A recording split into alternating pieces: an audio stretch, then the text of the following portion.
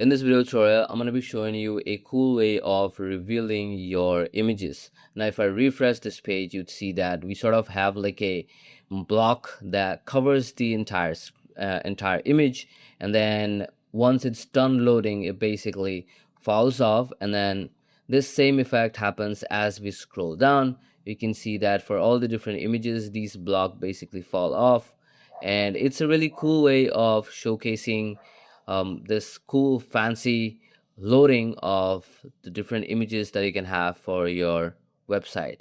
So this is what we're going to be building in this video. The source code as well as the live link is in the description, so you guys can go and check it out. So yeah, with that being said, let's get started and let's learn to build this.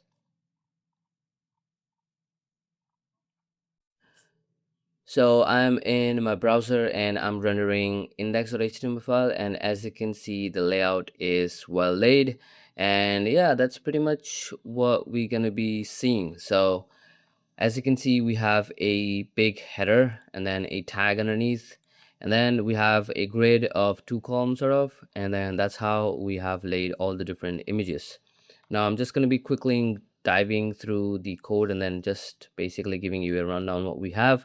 So for the top section with h1 and p, which is kind of like a tag, so we have used a header, and then we have a main element within which we have a cell div. Now each of the individual cells have the image as well as the loader. Now the loader is basically absolutely placed so that it can cover the entire thing. So as you can see here, the cell is relatively placed with the loader being absolutely placed, but then since this doesn't really have any background color, so we don't really see it, but it's actually in there. So that's how we basically define all the different cells, and yeah, that's pretty much the layout. And as for the css, we have some standard styling for the hero section, the tag, this is the grid, the basically as the 2-column grid sort of, and then we have the cell. We don't have a width and height, but then we have specified using aspect ratio, and that's pretty much it. Now I have already added Lenis and GSAP, so all we have to do is get them into action inside of our script tag. But before that, let's add a background to the loader, and then let's see how it looks. So when I add a background, you can see that all the image are basically hidden with this black color.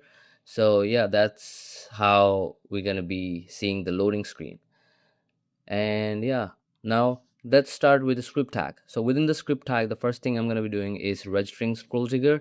You don't really need to register it now since it's free, but then I have done it. Even if you don't want, you can just skip it. And then I've added Lenis and GSAP thing, which basically runs together, basically binding GSAP and then giving the user that smooth scrolling experience. You can just grab it from their documentation. And what we do is we save, and then here, as you can see, we have the smooth scrolling applied.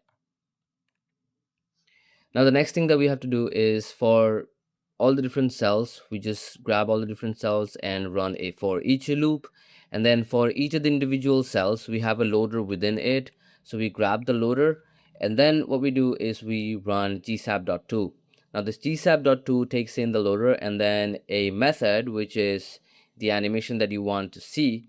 So for that we have an x value. So if you have seen the intro, the free fall doesn't only happen along the y-axis, it also basically moves the element along the x-axis as well, but then it happens randomly. So what we do is using gsap's random method, we make it generate a random value between -100 to 100, and this gives us a random value for all the different cells. In a similar way, we also have the y.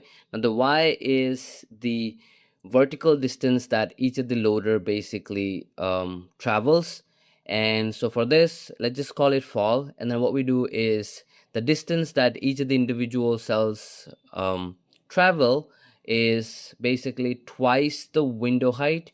So we just let it have enough space so that when the loader basically travel out of the screen, it has enough distance so that it can basically go out of the viewport and hide itself. and then we add a random value between 0 to 400 just to make sure that not all the fall values of different cells are same. And yeah, and then we add it as the y fall value. And then we also want these to rotate as well, so we add a random value between minus 180 to 180. This gives random value for each of the individual cell rotations. And then we have the duration, ease, and then we want to trigger this with ScrollTrigger. So the triggering point would be the cell.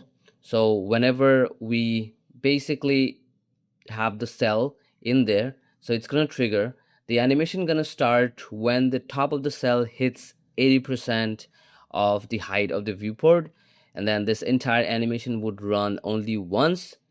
And let's save and let's see. So if I refresh, as you can see, we have the animation. Every time I refresh, the rotation and the values are different. It's because we have the random method which randomly generates the values. Now if I scroll down, you can see that we have these basically falling down. But now you would also see that behind some of the images, we can see the loader divs. So what actually is happening is we aren't really clearing these loaders. So once the animation finishes, we want the loaders to basically get removed. So for that, we have on complete, and then when it's complete, we would just hide the loaders. And now you can see that the loader basically go away, and yeah, it's nice.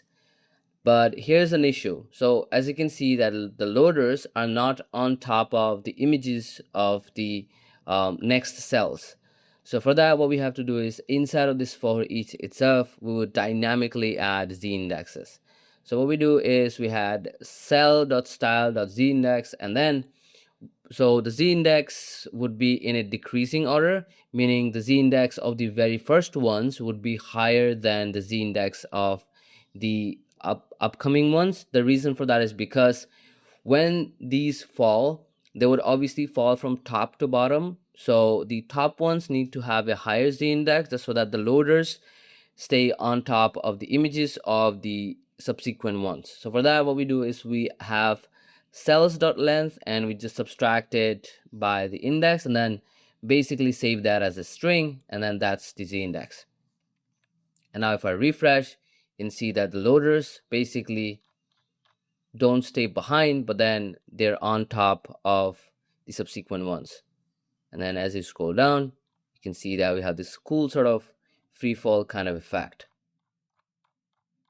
So that's it for this video. The source code as well as the live link is in the description so that you guys can go and check it out. If you're new to the channel, if you haven't subscribed yet, please make sure to subscribe to the channel and turn the notification bell on, because I bring in cool stuff like these every week. So yeah, with that, that's it for this video. Meet you guys in the next. Till then, bye bye, take care, and peace.